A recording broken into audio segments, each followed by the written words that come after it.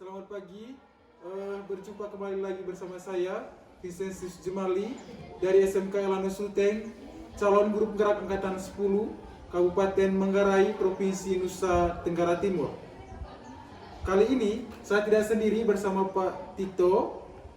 Beliau adalah guru bahasa Indonesia di SMK Elanus Ruteng. Selamat pagi Pak Tito. Selamat pagi, Pak. Bagaimana kabar hari ini? Luar biasa, hari ini saya semangat sekali bertemu dengan siswa-siswa saya dan Oke, luar biasa, rupanya saya tidak salah pilih orang. Hari ini kita adakan percakapan pra-observasi. Sebelum nanti saya akan amati jalan proses pembelajaran yang Bapak lakukan di dalam kelas, atau sebelum saya melakukan proses supervisi kelas. Nah, Pak Tito, adapun tujuan yang dilakukan supervisi adalah untuk mengetahui dan juga mengevaluasi jalannya proses pembelajaran yang Pak Tito lakukan di dalam kelas. Nah, kenapa kita hari ini melakukan percakapan pra-observasi? Itu adalah sebagai persiapan awal dan sebelum nanti Pak Tito melakukan pembelajaran di kelas agar lebih siap, lebih percaya diri sehingga memberikan pembelajaran yang terbaik bagi murid kita.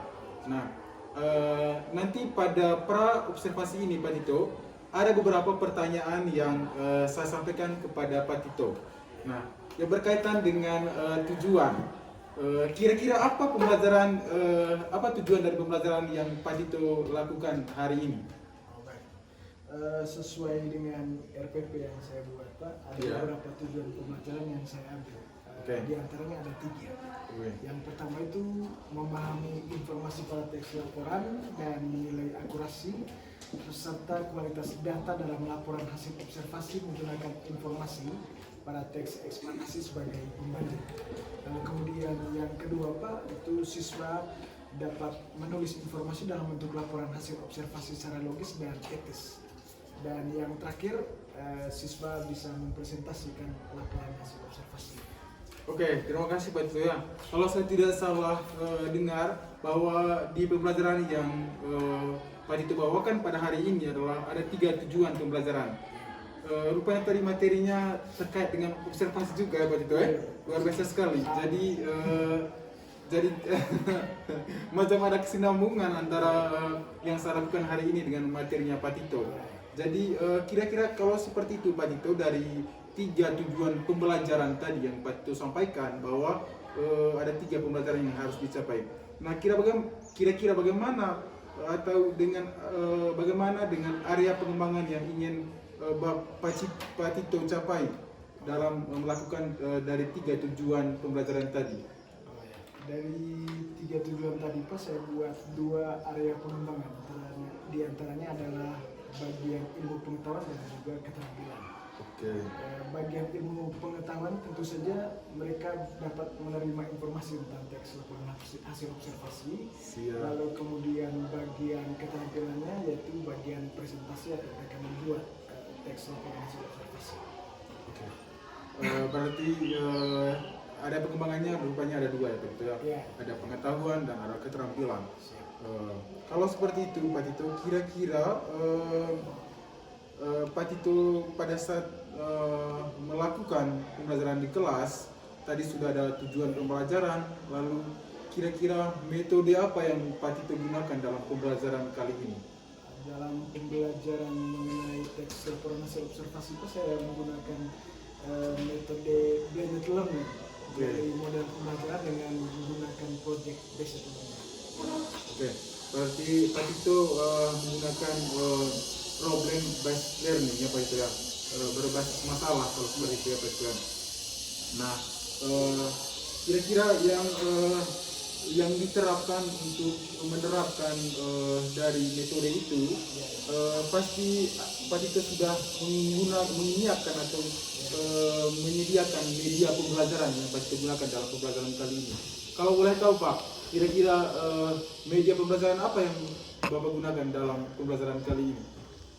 Selain laptop, Pak, jadi saya menggunakan beberapa media seperti kerja, lalu ada handout materi, dan kemudian ada referensi lain yang mendukung, misalnya kamus besar bahasa Indonesia tentunya yang diperlukan. Lalu kemudian ada tentu saja di kelas kita butuh akses internet. Oke, luar biasa ya Pak. Kalau saya melihat dari jawaban Pak Tito bahwa Pak Tito menggunakan media itu bervariasi. Ada yang ada berupa teks, ada juga LCD, lalu menyiapkan materi dalam bentuk PowerPoint. Nah, kira-kira pembelajaran hari ini di kelas berapa ya Pak Tito? Di kelas 10 keperawatan. Oh, kelas kerawatan, rupanya saya punya anak Bali buat itu. Oh, luar biasa. Iya. Kira-kira kalau boleh tahu jam pembelajaran keberapa sebentar Pak Tito? Jam setelah istirahat pertama jam 9.45. Oke. Kalau begitu nanti sampai jumpa di kelas ya Pak Tito ya. Nanti setelah supervisi di kelas Pak Tito, kita akan melakukan lagi kita akan berbincang lagi yang namanya pasca observasi. Nanti setelah pembelajaran di kelas, setelah selesai pembelajaran di kelas, kita akan melakukan pasca observasi. Nanti kita berbincang lagi seperti itu Pak Tito. Oke. Jadi kira-kira saya mau tanya lagi nih Pak Tito. Kira-kira dari percakapan dari awal tadi sampai sekarang, apa yang Pak Tito dapatkan dari diskusi yang kita sudah lakukan Pak Tito? Ini semacam mengingatkan kembali saya pada materi yang akan saya bawakan. Oh iya.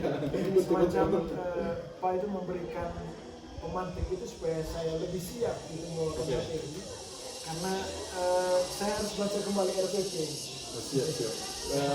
Luar biasa sekali ya Pak Tito ya. Harapan saya Pak Tito berdiskusi dengan saya ini, Pak Tito merasa senang, saya juga pun merasa senang. Jadi untuk percakapan kita pagi hari ini mungkin sekian Pak Tito. Terima kasih waktunya. Mohon maaf kalau mengganggu atau menyita waktunya Pak Tito hari ini. Terima kasih Pak. Apa kabar hari ini? Baik Pak. Teman-teman, senang sekali saya bisa berjumpa lagi dengan teman-teman. Lalu saya minta maaf soal ketidakhadiran saya di pertemuan sebelumnya. Di pertemuan sebelumnya saya tidak hadir karena kami ada simulasi ujian AN Asesmen Nasional dengan teman-teman di kelas 11. Lalu sebelum kita memulai pelajaran, saya ingat bahwa teman-teman di kelas ini punya yel-yel. Mari silakan.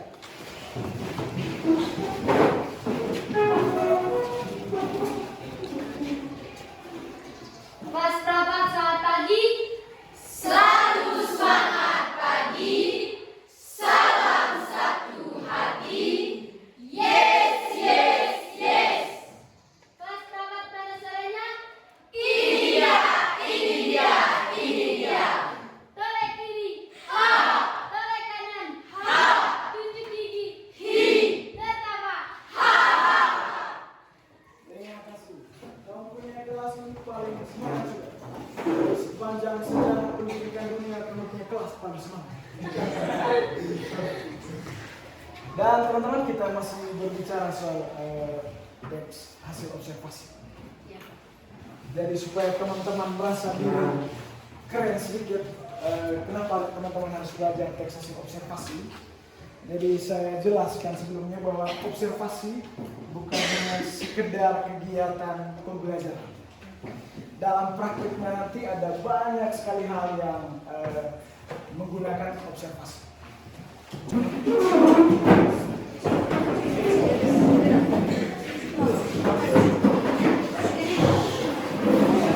Kami kesini, kami dari kelompok 3 ingin mempresentasikan hasil diskusi dari kelompok kami yang berjudul Kunang-kunang yang perlahan menghilang. Untuk mempersingkat waktu, saya alihkan kepada materi. Yang pertama, pernyataan umum pada teks ini terletak pada paragraf pertama. Alasannya karena di paragraf pertama terletak tentang fenomena yang akan dibahas, yaitu kunang-kunang mengalami ancaman kepunahan. Yang kedua, deskripsi bagian terletak pada paragraf kedua dan ketiga. Alasannya karena di paragraf kedua dan ketiga sudah menjelaskan secara rinci tentang penyebab pertama kepunahan kunang-kunang. Yang ketiga, deskripsi manfaat. Menurut kelompok kami, deskripsi manfaatnya yaitu kunang-kunang juga membantu petani dalam proses penyerbukan dan sebagai pembasmi hama alami, yaitu ada di teks pertama bagian atas. Jadi, teman-teman, itu saja presentasi kami. Mungkin ada teman-teman yang mau menanggapi atau memberikan pertanyaan kepada kelompok kami. Waktu dan kesempatan kami persilakan. Oke, silakan bareng-bareng. Kalau yang tidak dipahami atau tidak setuju dengan apa yang teman-teman telah presentasikan, silakan. Atau mungkin ada yang mau menambahkan juga, boleh. Ya, tenang. Tidak. Jadi nanti supaya situasinya lebih kondusif lagi, lebih tenang, lebih teratur, di setiap kali presentasi atau diskusi nanti akan ada moderator yang berdiri di samping pemateri. Itu makanya di depan ada dihadirkan 2 orang. Salah satunya adalah moderator yang berguna untuk mengatur jalannya diskusi. Jadi dia yang mengatur semua perjalanan diskusi. Dan kemudian yang satunya adalah pemateri yang menyampaikan hasil diskusi. Siap? Siap aman setelah ini? Kelompok berikut, siapa yang mau lagi? Di sini dulu. Dan teman-teman sekalian, kami ingin mempresentasikan hasil diskusi dari kelompok kami. Waktu dan kesempatan saya berikan kepada teman saya. Oke, terima kasih atas waktu dan kesempatan yang diberikan kepada saya. Saya akan menjelaskan. Menurut kami, pernyataan umum terdapat pada paragraf 1 karena menceritakan tentang kunang-kunang perlahan menghilang. Nomor 2, deskripsi bagian terdapat pada paragraf 2, 3, dan 4 karena menceritakan tentang kunang-kunang yang perlahan menghilang. Deskripsi manfaat dari kunang-kunang yang perlahan menghilang untuk meningkatkan angkatan wisatawan.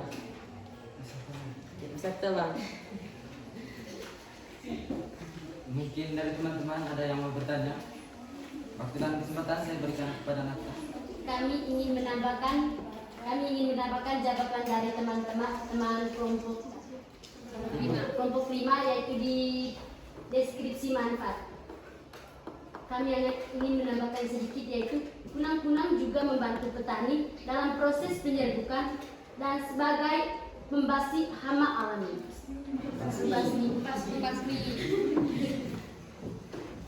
Terima kasih untuk Nata. Mungkin ada yang mau bertanya lagi. Dari kelompok 4 saya persilakan.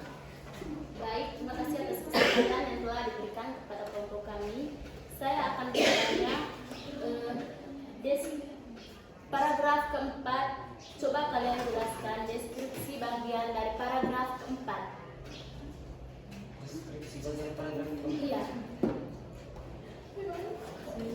Karena menurut dari presentasi kalian tadi, deskripsi bagian itu kalian temu di paragraf 2, 3, dan 4. Baik, kami bertanya. Tadi Christian bilang ya, itu menurut kelompok kalian. Terus Selamat pagi Bapak Guru dan teman-teman sekalian. Kami dari kelompok 1 ingin mempresentasikan hasil diskusi kami. Saya persilakan teman saya untuk menjelaskan. Oke, terima kasih atas waktu dan kesempatan yang telah diberikan kepada saya. Pertama, deskripsi bagian itu terdapat pada deskripsi bagian atau pernyataan umum itu terdapat di paragraf pertama. Karena dalam paragraf tersebut terdapat beberapa kata atau ulasan tentang kunang-kunang yang menghadapi ancaman punah. Terus, deskripsi manfaat deskripsi manfaat terdapat pada paragraf ketiga karena menceritakan tentang kunang-kunang, menceritakan tentang keunikan kunang-kunang. Deskripsi manfaat terdapat pada paragraf kedua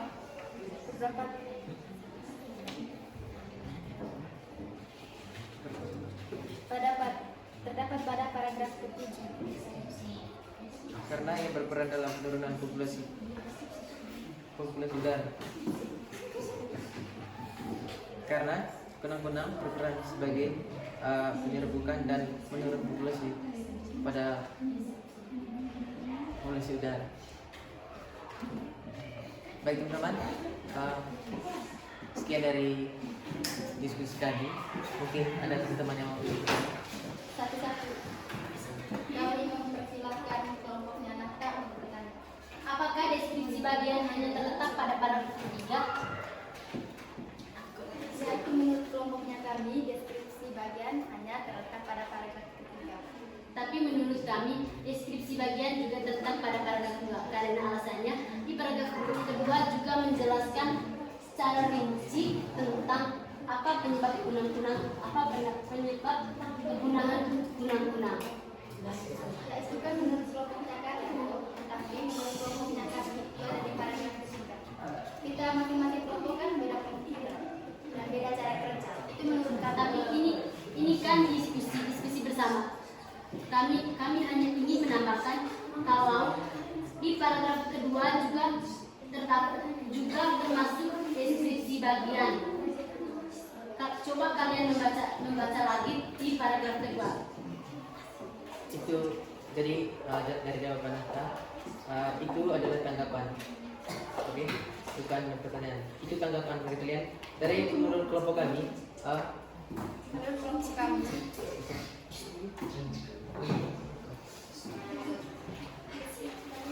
Menurut kelompok kami itu deskripsi bagian.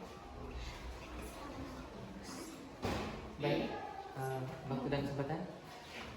Mohon maaf teman kelompok Nafta, karena gini, kita mengajukan pertanyaan dengan kelompok lain itu bukan untuk menguji, tapi kita bertanya yang kita tidak tahu, bukan untuk menguji. Pertanyaan dari teman kelompok Nafta tadi menguji, karena pertanyaan dari teman kelompok Nafta, kalau kamu yang bertanya, kamu lagi yang menjawab, itu namanya menguji.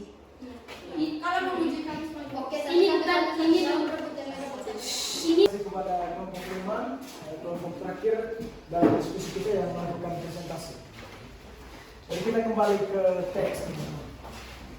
Dari teks ini berbicara soal kunang-kunang yang hilang. Jadi banyak teman-teman yang setuju tadi bahwa bagian pernyataan umum itu ada di paragraf pertama. Jadi paragraf pertama, kenapa itu menjadi pernyataan umum dari teks ini? Karena memuat hal umum soal judul ini. Jadi judulnya adalah kunang-kunang yang telah menghilang, maka hal umum yang dibahas pada paragraf pertama adalah soal mengapa kunang-kunang itu telah menghilang. Lalu di bagian deskripsi itu berisi tentang jawaban atau alasan kenapa hal ini dibahas, kenapa kunang-kunang yang perlahan menghilang itu terjadi. Jadi bagian deskripsi bagian untuk menjawab pertanyaan mengapa kunang-kunang itu perlahan menghilang. Maka di deskripsi bagian berisi tentang alasan. Semua alasan kenapa kunang-kunang itu perlahan menghilang. Pas seperti yang teman-teman bilang tadi bahwa di mulai dari paragraf kedua itu sudah ada alasan kenapa kunang-kunang telah menghilang. Digambarkan semuanya kenapa kunang-kunang itu mulai hilang populasinya di dunia. Jadi teman-teman supaya kita ketahui bahwa kunang-kunang itu ada di tempat-tempat yang tidak terjamah oleh manusia atau yang jarang dijamah oleh manusia. Artinya kunang-kunang biasa ada di hutan lebat yang tidak terjamah oleh manusia dan juga kurang ada cahaya.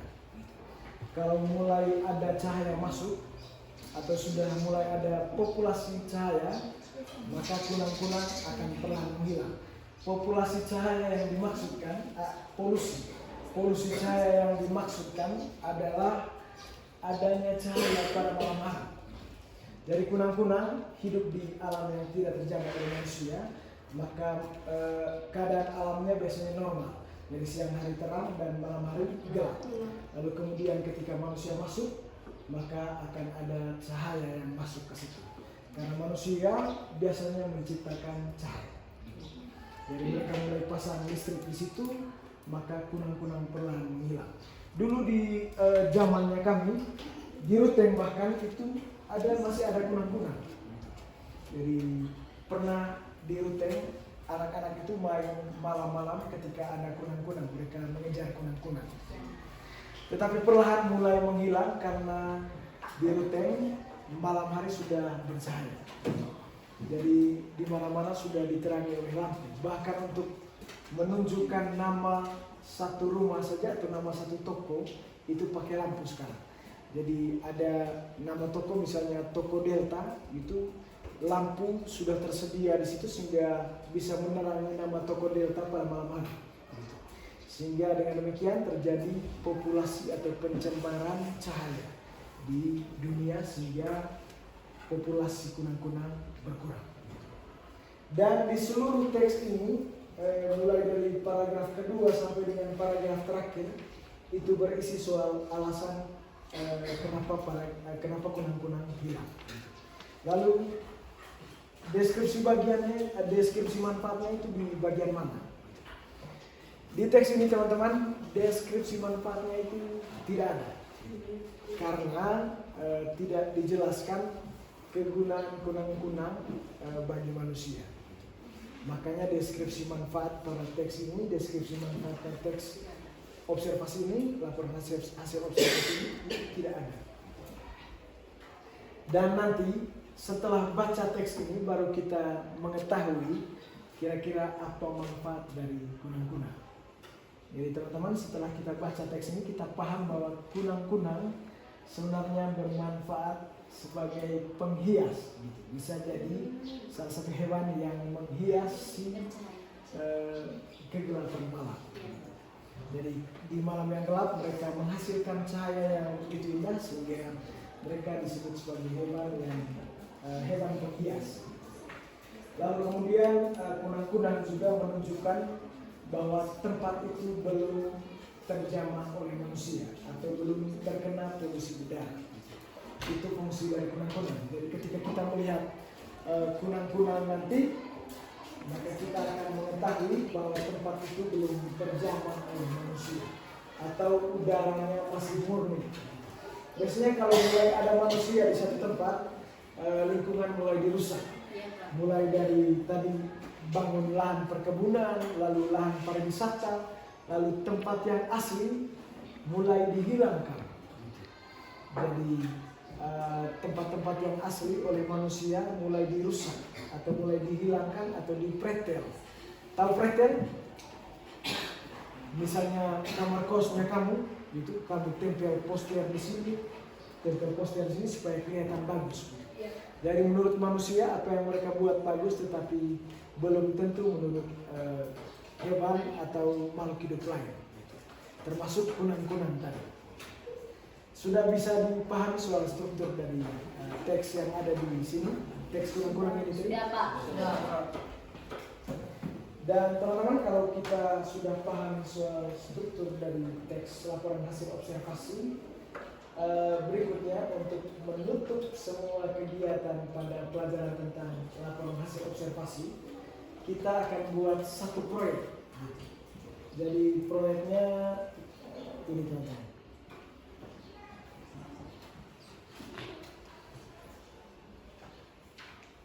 Dan setelah kita belajar soal struktur dari teks hasil observasi, kita pahami dan kita sudah berdiskusi bersama soal struktur dari teks ini, maka pada akhirnya kita membuat satu proyek supaya kita lebih paham lagi soal ini, soal teks hasil observasi.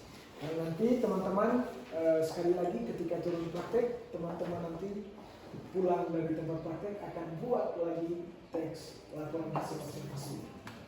Supaya teman-teman kita benar mahir dalam membuat teks ini, jadi teman-teman akan saya usulkan buat satu proyek, yaitu melakukan observasi pada ruang laboratorium tata busana. Jadi di sana banyak sekali peralatan dan juga ada beberapa orang yang melakukan aktivitas di dalam ruangan itu. Jadi yang teman-teman laporkan nanti di hasil observasi adalah soal isi dari ruangan itu dan juga soal aktivitas atau kegunaan dari ruangan itu ya. Atas orang-orang yang ada di dalamnya dan kegunaan dari ruangan laboratorium atau besar. Dan dibuat sekali lagi tetap di dalam kelompok yang ada.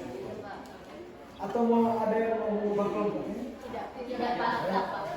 Tetap di dalam kelompok ini. Saya yakin kalau sudah bangun chemistry di dalam kelompok ini sehingga diskusinya bisa berjalan alot gitu.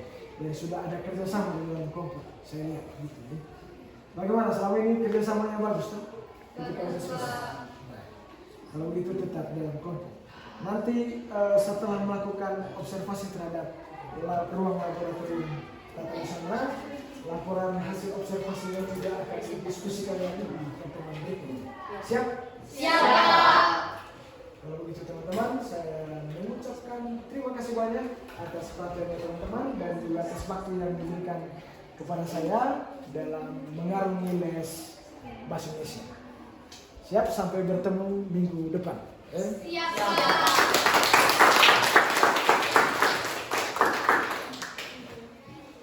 Saya isi jurnal dulu. Les pertama tadi, siapa dulu? Siang, kembali lagi bersama saya Vincent Jemali dari SMK Elanus Ruteng, calon guru penggerak angkatan 10 Kabupaten Manggarai, Provinsi Nusa Tenggara Timur.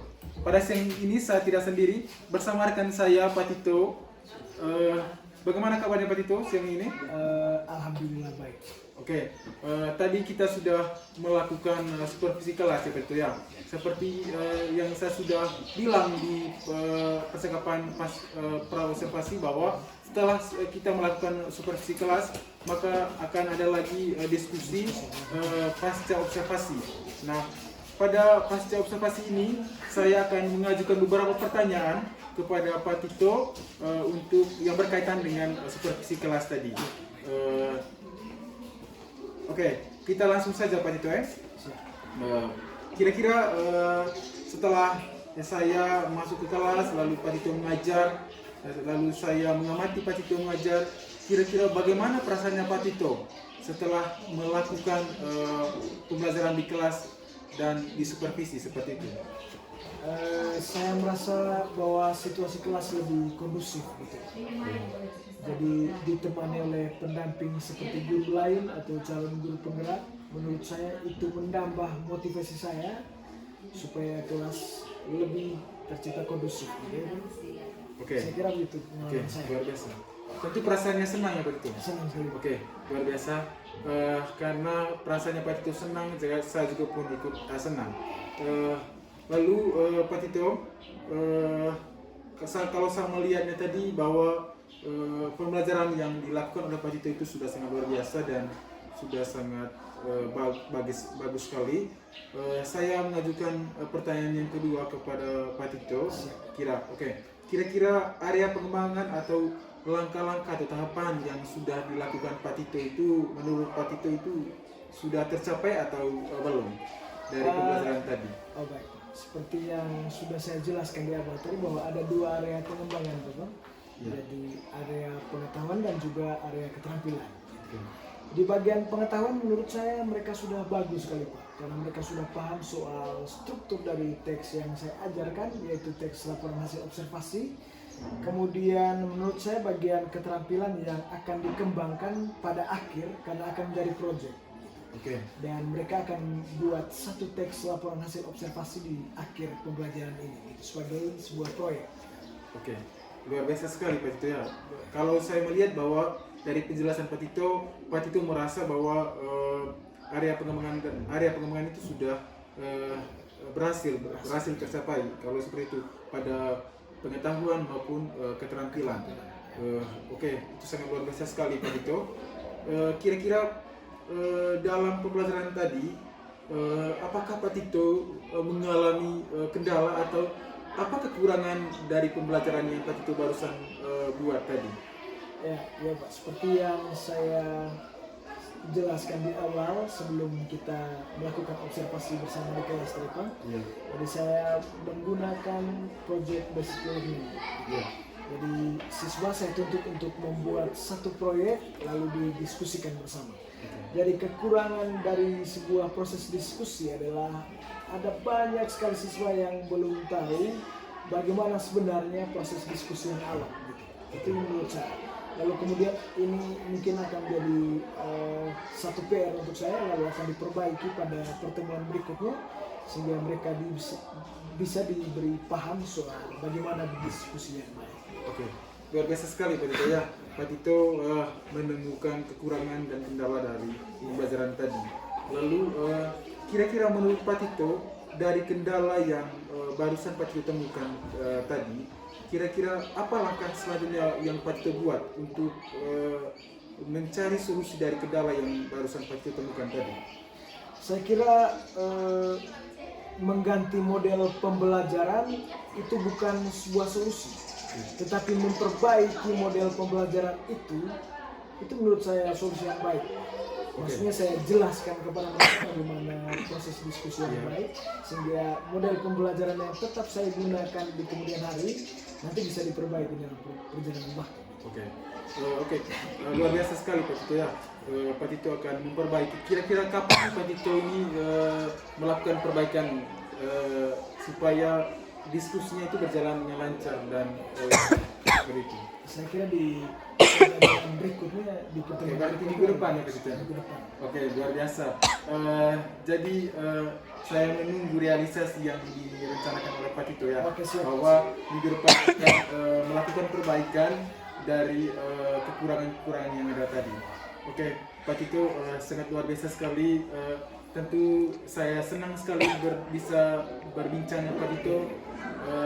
Saya berharap Pak Tito tetap semangat, lalu memperbaiki dari kekurangan-kekurangan tadi.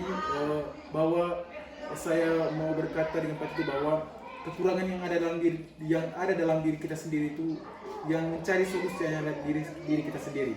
Saya merasa luar biasa sekali kepada Pak Tito karena Pak Tito setelah tahu kekurangannya, lalu Pak Tito juga sendiri menemukan solusi dari kekurangan itu. Itu sangat luar biasa. Dari supervisi kelas yang barusan dilaksanakan oleh Pak Tito, kalau saya boleh izin untuk memberikan masukan, boleh Pak Tito? Oke, terima kasih banyak. Dari pembelajaran yang barusan dilaksanakan, hampir semuanya bagus, tapi saya melihat tadi ada beberapa sedikit kekurangan dari yang pembelajaran yang Pak Tito lakukan. Yang pertama tadi, di awal pembelajaran tadi, Pak Tito tidak membacakan tujuan pembelajaran yang mau dicapai untuk kepada peserta didik. Lalu atau Pak Tito kemarin itu tujuan pembelajarannya itu kan dibacakan di pertemuan sebelumnya karena ini kan pertemuan lanjutan. Oke. Berarti yang Pak Tito materi hari ini tadi adalah materi yang sudah diajarkan lanjutan. Oke, berarti ini tadi Pak tadi sudah temukan kekurangan itu ya. Oke, berarti ini tadi hanya untuk diskusi saja dari materi yang sudah ketemu sebelumnya. Oke, lalu yang pertama, lalu yang kedua tadi pada saat presentasi hanya ada beberapa siswa saja yang istilahnya maju. Ya, mungkin itu diperhatikan baik. Alangkah lebih baiknya semua anggota kelompok itu dipersilakan maju untuk mempresentasikan. Karena sama melihat bahwa ketika kita mempersilakan kepada siswa untuk berprestasi itu kan itu artinya kita sedang berpihak pada murid, memberi ruang pada mereka untuk bagaimana mereka berada di depan kelas seperti itu. Di situ juga kita melatih bagaimana mereka menjadi seorang pemimpin seperti itu. Mungkin itu saja masukan dari saya Pak Tito.